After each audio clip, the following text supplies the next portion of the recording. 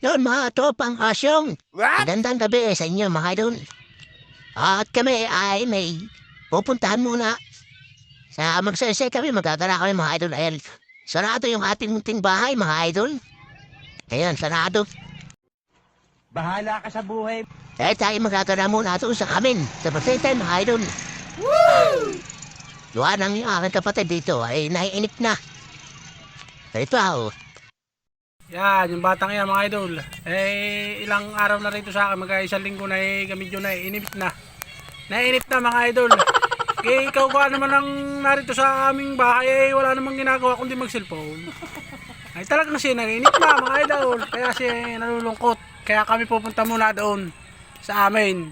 At nang mabuhayan naman siya, at nang hindi naman nalulungkot yung batang yan, nalulungkot na maigi. Yun lang mga idol. Thank you for watching.